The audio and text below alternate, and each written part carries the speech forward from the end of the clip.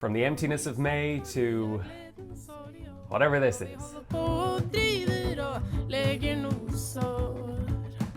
Okay, but have you ever listened to Kate Bush's 2005 album Ariel? Because I hadn't really paid it much attention until my boyfriend and I got a bit obsessed with it this June. Structurally, it's very similar to Hounds of Love with this sprawling A-side and a very focused concept suite for a B-side, but it's very acoustically led, and that leads to some musical moments like the final bills on Nocturne and Sunset, or the entirety of the title track that just transcend space and time and affirm existence. Now, the only other vintage find I have on here is Ann Lee's Two Times, which has been on rotation a lot. On one hand, no comment.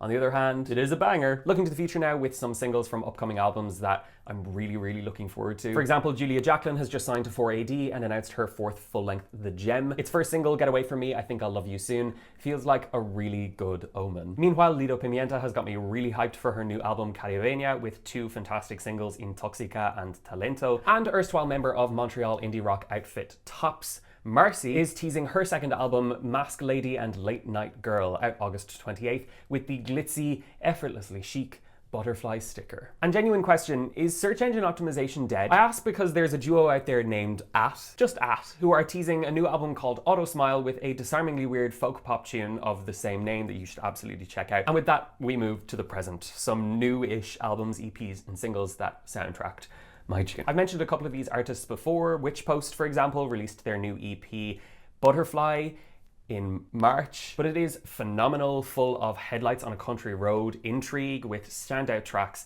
like Twin Fawn. Meanwhile, Mind Enterprises dropped their album Negroni Love at the end of May, which has been on heavy rotation, tunes of the highest order. This month I also really enjoyed the debut album from Illinois queer country crooner Andrew Sa. It's called American Rough, and it has a really spellbinding quality to it, especially on tracks like Under You. And I've also put on here some highlight tracks from Swedish singer-songwriter Esther's new album Fragmentality, which is a set of breezy, rather low-key pop tracks that I've found really quite affecting. And on that topic of I'm not actually sure where in Scandinavia you're from, let me introduce you to Norway's folkier answer to Black Country New Road, Rigla. They've only got 3 singles out so far, like this month's feature track Öja Minna, but I'm keeping a very close eye on them. And last but certainly not least, we have the glorious My Favorite Book Is One I've Read a Bunch by Dermot Henry. Henry is an up-and-coming singer-songwriter whose style at any moment can fall anywhere on a sliding scale between Adrian Lenker and Dove Ellis. And his EP, Aiming Torches at the Sun, is a little gem of a work.